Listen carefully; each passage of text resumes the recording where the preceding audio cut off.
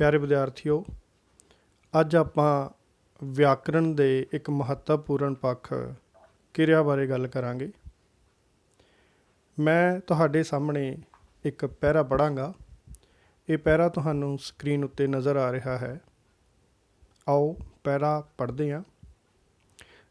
ਤੁਸੀਂ ਜਦੋਂ ਸਵੇਰੇ ਜਾਗਦੇ ਹੋ ਤਾਂ ਪਹਿਲਾਂ ਦੰਦ ਸਾਫ਼ ਕਰਦੇ ਹੋ, ਫਿਰ ਚਾਹ ਪੀਂਦੇ ਹੋ, ਥੋੜ੍ਹੀ ਦੇਰ ਬਾਅਦ ਨਹਾ ਲੈਂਦੇ ਹੋ। ਉਸ ਤੋਂ ਬਾਅਦ ਨਾਸ਼ਤਾ ਖਾ ਕੇ ਆਪਣੀਆਂ ਕਿਤਾਬਾਂ ਬਸਤੇ ਵਿੱਚ ਪਾਉਂਦੇ ਹੋ। ਇਸ ਤੋਂ ਪਿੱਛੋਂ ਸਾਈਕਲ ਉੱਤੇ ਚੜ੍ਹ ਕੇ ਸਕੂਲ ਚਲੇ ਜਾਂਦੇ ਹੋ। ਉੱਥੇ ਸਾਰਾ ਦਿਨ ਪੜ੍ਹਦੇ ਹੋ। ਅੱਧੀ ਛੁੱਟੀ ਵੇਲੇ ਜਦੋਂ ਘੰਟੀ ਬੋਲਦੀ ਹੈ ਤਾਂ ਤੁਸੀਂ ਖੇਡਦੇ ਹੋ। ਪੂਰੀ ਛੁੱਟੀ ਵੇਲੇ ਘਰ ਵਾਪਸ ਆ ਜਾਂਦੇ ਹੋ। ਤੁਹਾਡੀ ਮੰਮੀ ਕੱਪੜੇ ਧੋਂਦੀ ਹੈ। ਤੁਹਾਡੇ ਡੈਡੀ ਦਫ਼ਤਰ ਜਾਂਦੇ ਹਨ। ਸ਼ਾਮ ਨੂੰ ਤੁਸੀਂ ਰਾਤ ਦਾ ਖਾਣਾ ਖਾ ਕੇ ਸੌਂ ਜਾਂਦੇ ਹੋ। ਪਿਆਰੇ ਵਿਦਿਆਰਥੀਓ, ਇਸ ਪੈਰੇ ਵਿੱਚ ਜਿਹੜੇ ਤੁਹਾਨੂੰ ਕੁਝ ਗੂੜ੍ਹੇ ਸ਼ਬਦ ਨਜ਼ਰ ਆ ਰਹੇ ਨੇ, ਉਹ ਸਾਰੇ ਕੰਮ ਹਨ।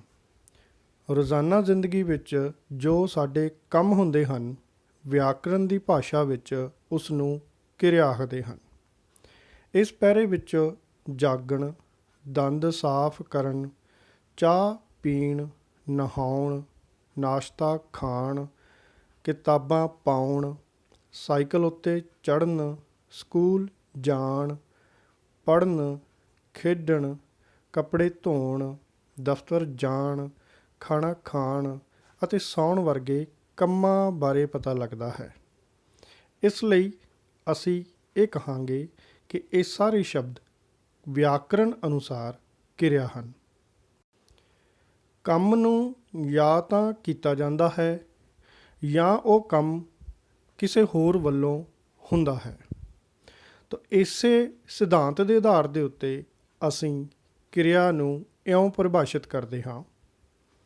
ਅਸੀਂ ਕਹਾਂਗੇ, ਵਾਕ ਵਿੱਚ ਜਿਹੜੇ ਸ਼ਬਦ ਕਿਸੇ ਕੰਮ ਦੇ ਹੋਣ ਜਾਂ ਕੀਤੇ ਜਾਣ ਬਾਰੇ ਦੱਸਦੇ ਹਨ, ਉਹਨਾਂ ਨੂੰ ਕਿਰਿਆ ਆਖਦੇ ਹਨ। ਮਿਸਾਲ ਦੇ ਤੌਰ 'ਤੇ ਉੱਠਣਾ, ਪੈਣਾ, ਕਰਨਾ, ਲਿਖਣਾ, ਜਪਣਾ, ਨੱਚਣਾ ਆਦਿ।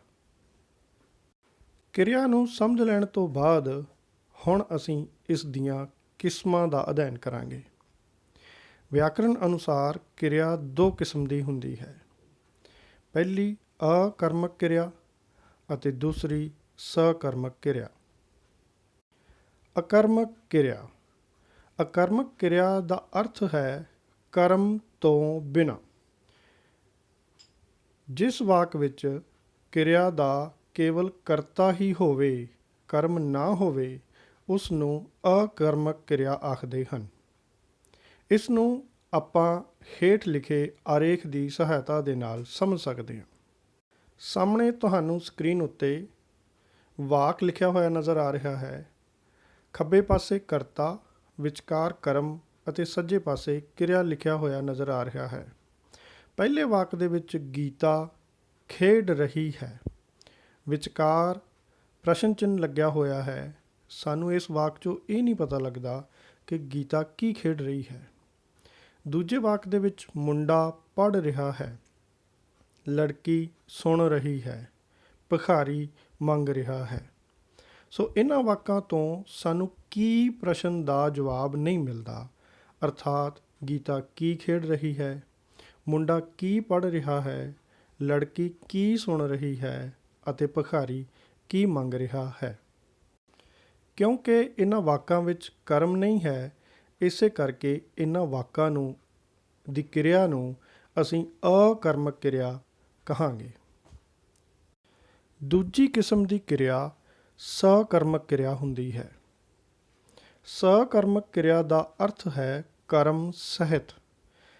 ਜਿਸ ਵਾਕ ਵਿੱਚ ਕਿਰਿਆ ਦਾ ਕਰਤਾ ਅਤੇ ਕਰਮ ਦੋਵੇਂ ਹੋਣ, ਉਸ ਨੂੰ ਸਕਰਮਕ ਕਿਰਿਆ ਆਖਦੇ ਹਨ।